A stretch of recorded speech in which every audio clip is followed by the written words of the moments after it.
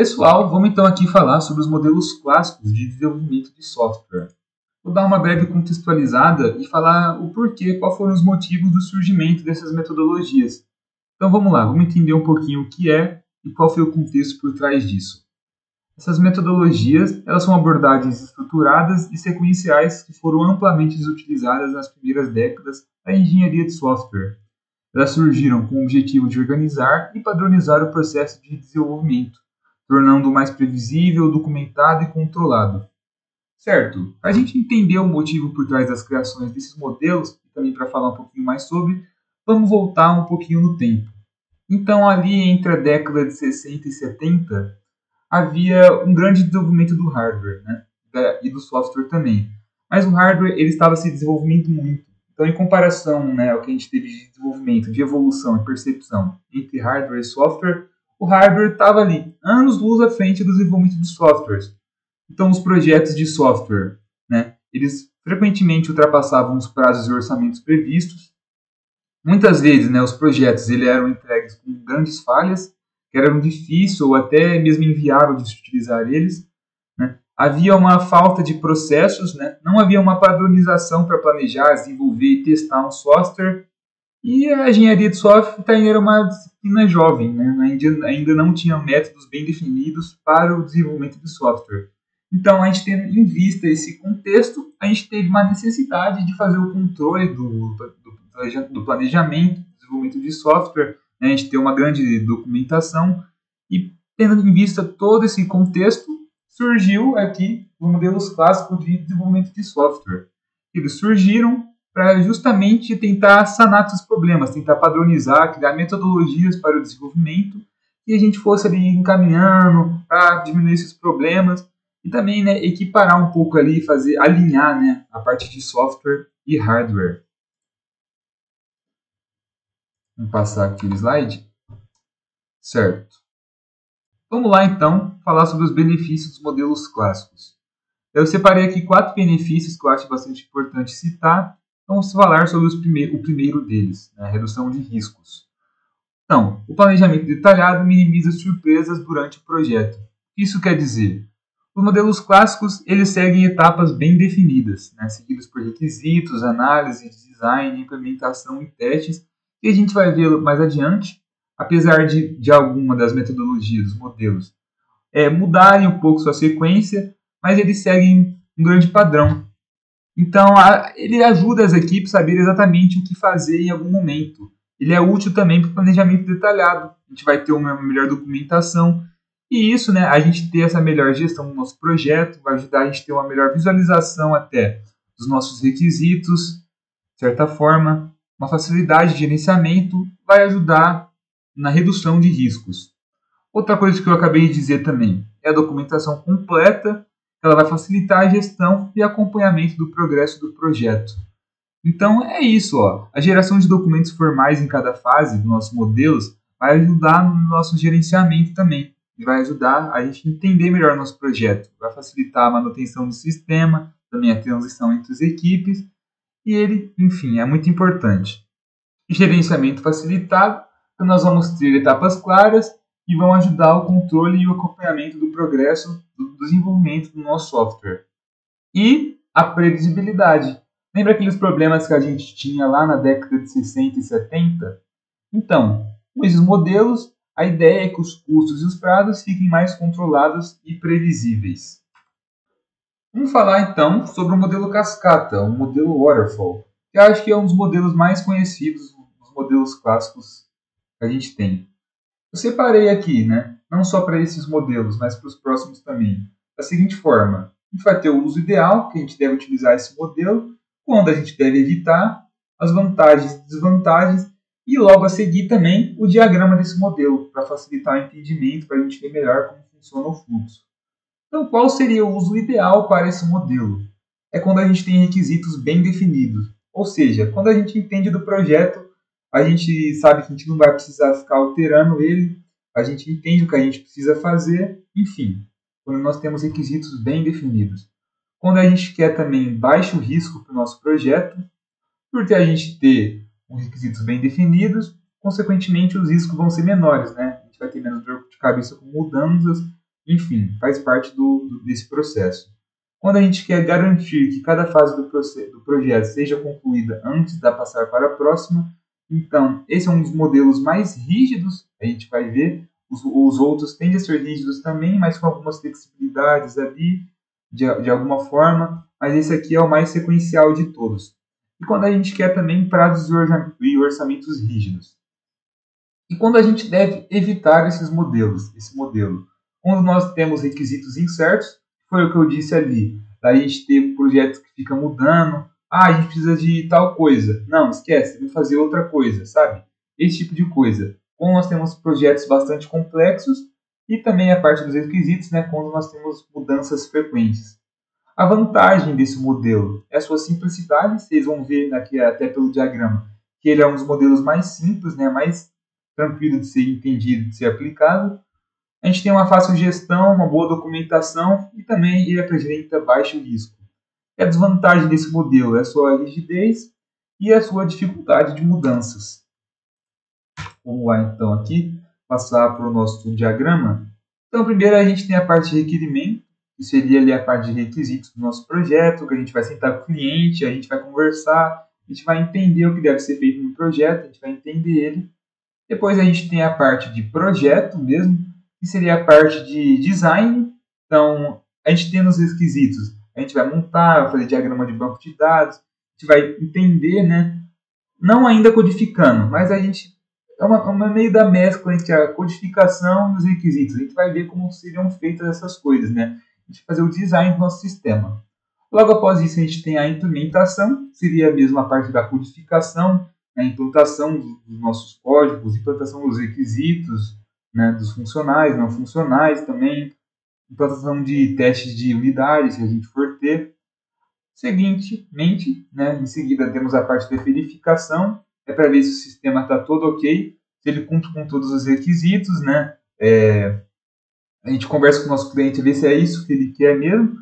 Depois disso, né, do sistema lançado, aplicado já em uso, nós temos a etapa de manutenção, que ela fica até o fim do ciclo do sistema, até o fim da vida dele, que é basicamente a manutenção. A gente arrumar qualquer erro que o sistema der, porque nenhum sistema ele é livre de falhas. Então é basicamente esse o ciclo, né, o diagrama do modelo cascata. Agora sobre o modelo de prototipação. Ele tem como foco criar um protótipo de software para validar requisitos e testar a usabilidade antes do desenvolvimento final. Ele também quer garantir que o sistema atenda às expectativas dos usuários. E qual seria o uso ideal desse protótipo? Diferente do modelo cascata, que a gente vai ter uso ideal para requisitos, quando a gente tem requisitos certos, né, a gente tem certeza dos nossos requisitos, aqui vai ser ao contrário. Quando nós temos requisitos incertos, quando nós temos interfaces complexas, quando a gente necessita do feedback constante com o cliente e também quando a gente quer validar ideias e interfaces. Então perceba, nesse modelo de prototipação, a ideia é ficar gerando protótipos para ficar validando eles com o cliente. Então aí quando a gente não tem certeza dos nossos requisitos, a gente vai precisar consequentemente ficar tendo essa troca, né, essa conversa com o cliente para atender melhor as necessidades dele, né? A gente vai, então, criar esses modelos, né? Quer dizer, esses protótipos, e a gente vai validando eles com nossos clientes. Então, quando a gente deve evitar esse modelo?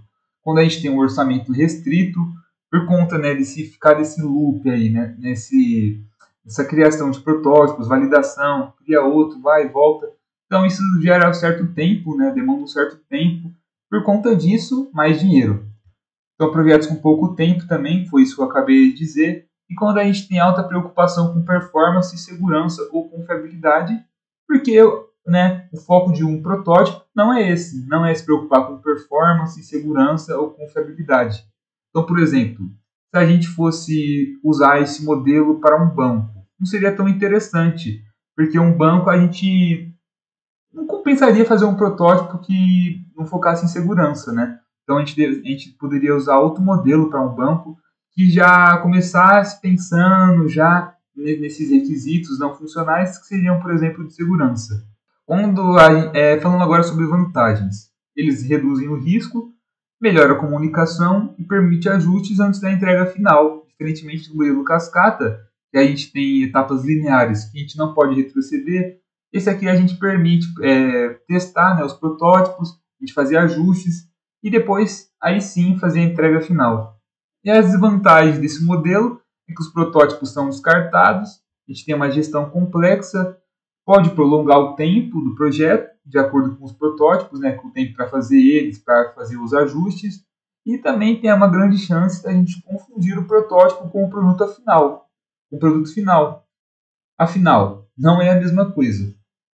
Então vamos lá, agora a gente tem o diagrama aqui e vamos falar sobre ele. Vamos lá então, o ponto de partida para esse modelo é a decisão inicial. Ficou um pouco equivocado ali, ficou um pouco errado, mas é onde a gente vai ver a viabilidade do projeto, o escopo, o orçamento, enfim, a gente vai pensar no projeto, esse tipo de coisa. Logo depois, a gente vai entrar para esse quadrado aqui, que significa um loop, vocês vão entender mais, onde a gente tem o seguinte, né? Esse aqui vai ser o nosso protótipo, vai ser esse quadrado. Cada protótipo vai ter uma especificação, ele vai ter a parte, né, que seria a parte dos requisitos dele, vai especificar qual seria o protótipo. A gente vai logo depois entrar para a parte do desenvolvimento desse protótipo e depois para a validação desse protótipo. Depois dessas 3 etapas aqui, a gente vai ter um protótipo concluído. Então a gente vai ter a versão inicial do nosso projeto. E depois dessa versão, a gente vai voltar a desenvolver, a gente vai fazer outro protótipo e nós vamos ter as nossas versões intermediárias. E a gente vai ficar aqui nesse loop, né, nesse ciclo, até a gente chegar na nossa versão final. Então é basicamente isso. A gente vai estar integrando vários protótipos até a gente chegar na nossa versão final. Bora falar então sobre o modelo baseado em componentes. Ele tem como foco construir um sistema utilizando componentes já existentes, sejam eles internos ou de terceiros. E também tem como principal foco reduzir o tempo e o custo. O uso ideal para esse tipo de modelo vai ser em sistemas complexos, onde a gente vai tentar buscar também a reutilização do código e a gente tem os prazos curtos. Então acho que deu para entender já a base, né, a ideia por trás desse modelo, que é justamente utilizar código feito, utilizar os componentes já disponíveis. A gente vai utilizar eles em sistemas complexos que a gente vai poder estar reaproveitando dessa complexidade que a gente já tem para inserir na nossa nova solução. E também, como a gente já tem desenvolvidos esses componentes, vai reduzir drasticamente o prazo para a entrega do nosso projeto. E quando a gente deve evitar esse modelo?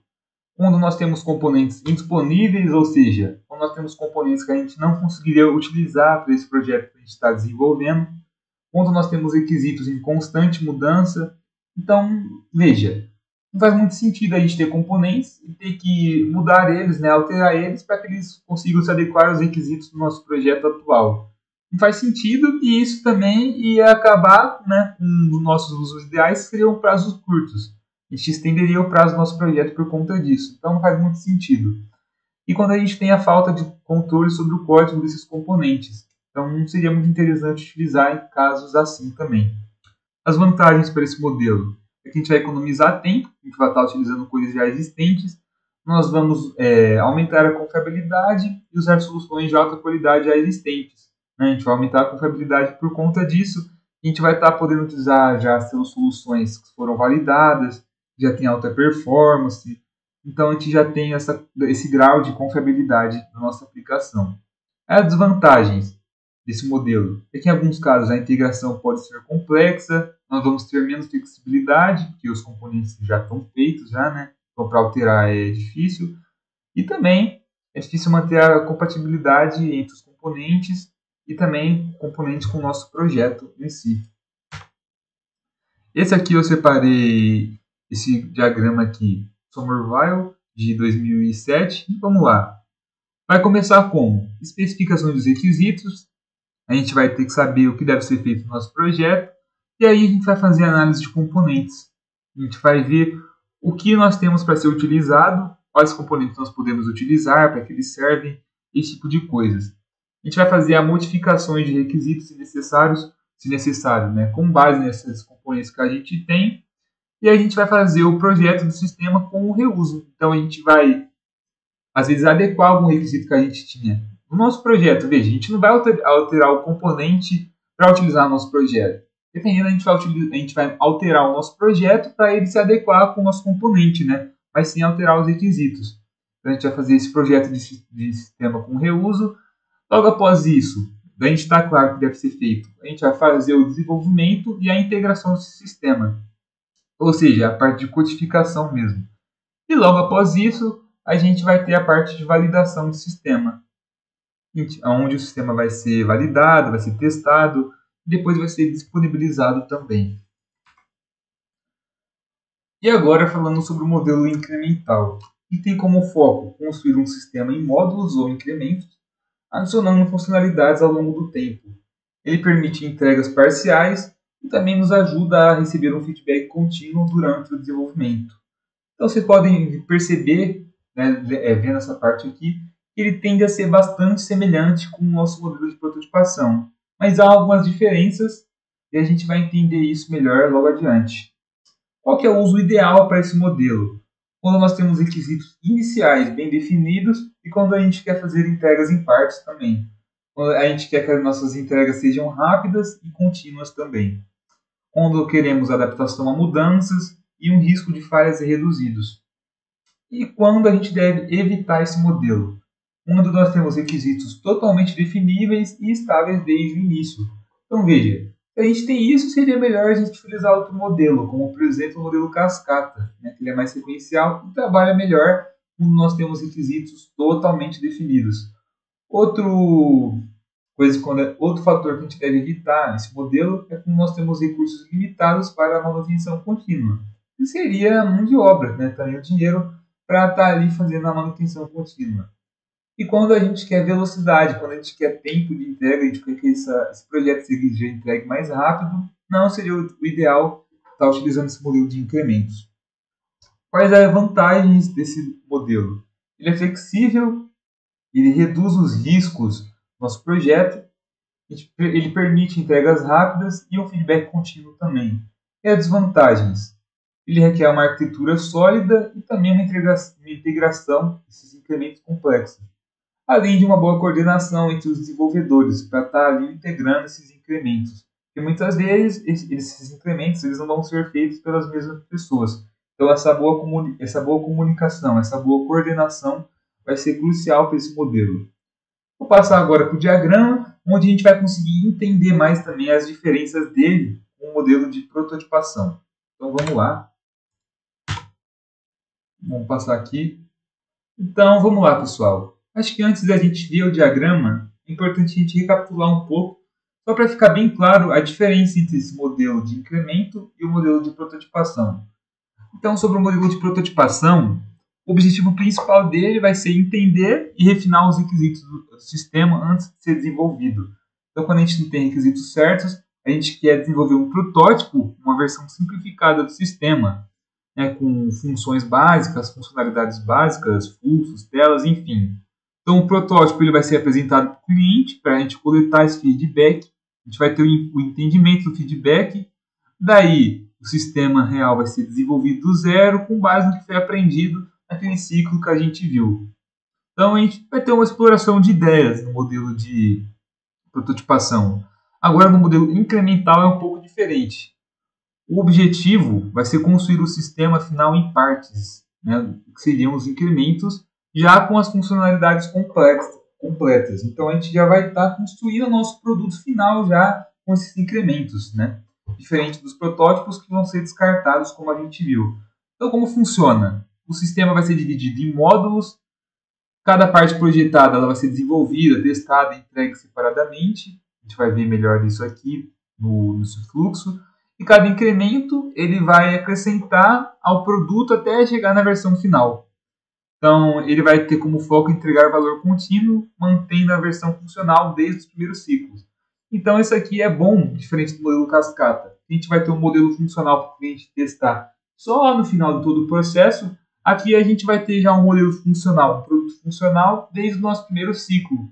Então, vamos lá ver o nosso ponto de partida. Definir os requisitos iniciais, que é a parte que todo modelo vai começar na nossa coleta de requisitos. A gente já viu, a gente já entendeu bastante também. A gente vai atribuir esses requisitos aos incrementos. Então, de todos os nossos requisitos, a gente vai criar ali, a gente vai estar vendo incrementos que podem se adequar aos nossos requisitos. Então, a gente vai projetar a arquitetura do nosso sistema, a parte do design do nosso software, que é diferente da parte de desenvolvimento. A gente vai entrar de novo em um ciclo. E após o design, a gente vai entrar na parte do desenvolvimento, do incremento, que a gente já viu, né, que foi atribuído. Aqui ficou um pouco errado, né, essa flecha de direção dele. Na verdade, ela devia estar apontada para esse lado. E vocês vão ver que a gente entra meio que num ciclo aqui também, numa bifurcação. Então, a gente vai desenvolver o incremento, a gente vai integrar ele ao nosso produto, que a gente já tem, e a gente vai validar o sistema dessa forma, com o incremento adicionado. A gente vai ter um sistema final, sim ou não? Se sim, beleza, encerramos o nosso ciclo de desenvolvimento. Se não, nós vamos estar entrando no nosso sistema incompleto. Aqui que, né, está o motivo de estar errado isso aqui. Se a gente tem um sistema incompleto, a gente vai entrar novamente no desenvolvimento do incremento. A gente vai desenvolver, integrar, validar. Ah, não está completo ainda? De novo, desenvolver, integrar, validar. Até a gente ter o nosso produto final, que vai ser o sistema final aqui, a última etapa desse modelo, certo? Opa, acabei abrindo a imagem aqui. Vamos lá para o nosso último modelo desse vídeo, o modelo de espiral. O modelo de espiral ele vai ter como foco combinar elementos dos modelos incremental e prototipação, com foco principal na gestão de riscos.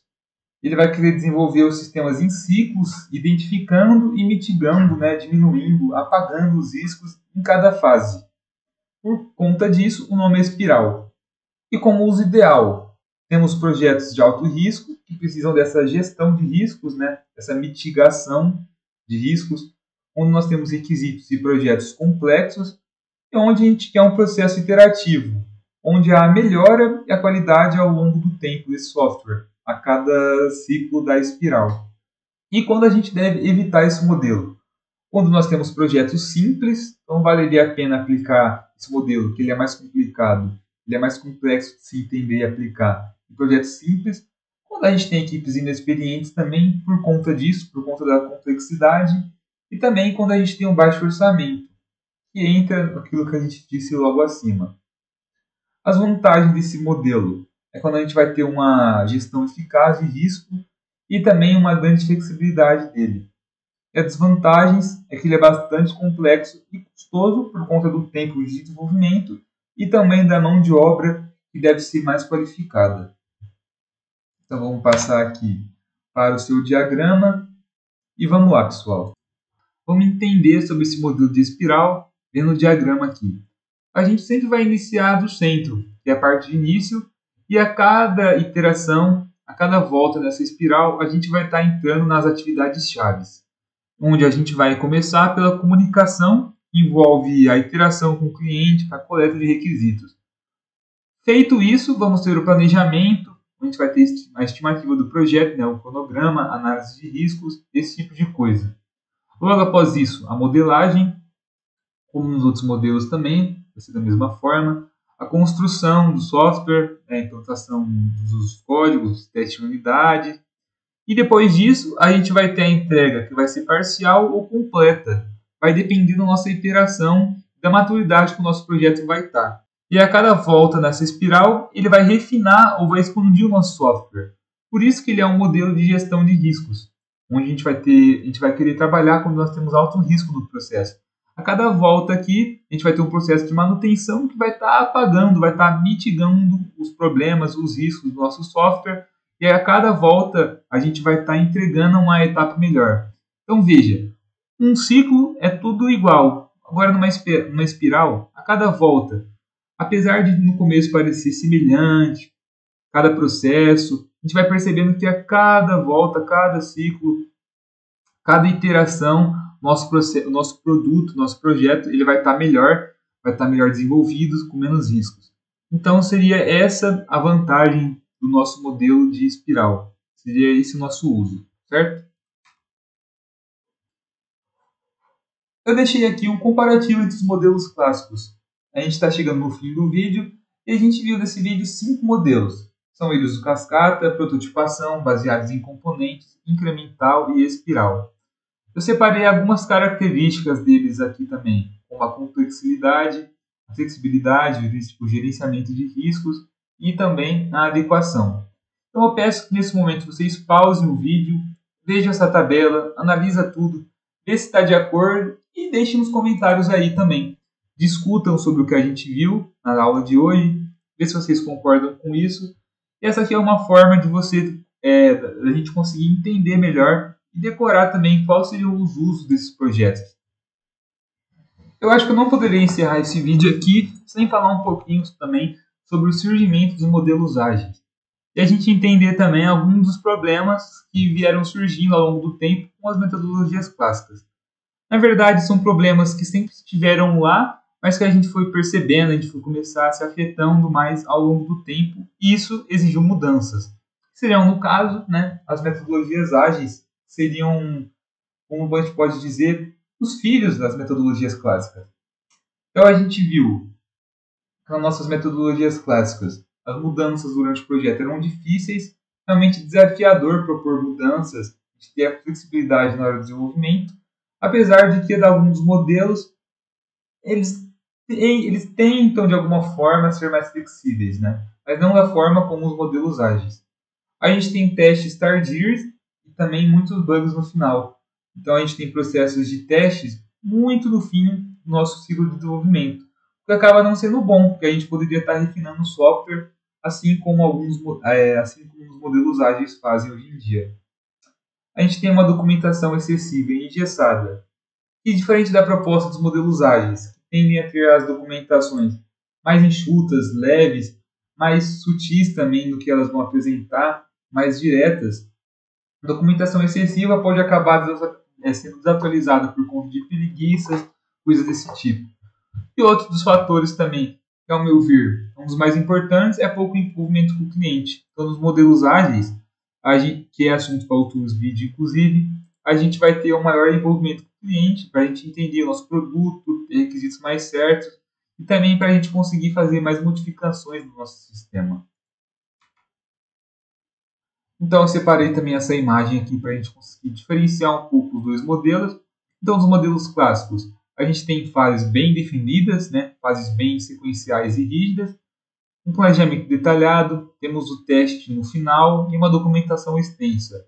Enquanto nos modelos ágeis, nós temos fases misturadas em ciclos, as nossas sprints, temos um planejamento contínuo do nosso software, temos testes automatizados e ágeis, uma documentação leve e funcional, que é o necessário para qualquer desenvolvedor. E para concluir, os modelos clássicos eles continuam úteis em alguns projetos específicos. Então a escolha adequada ele vai garantir um sucesso.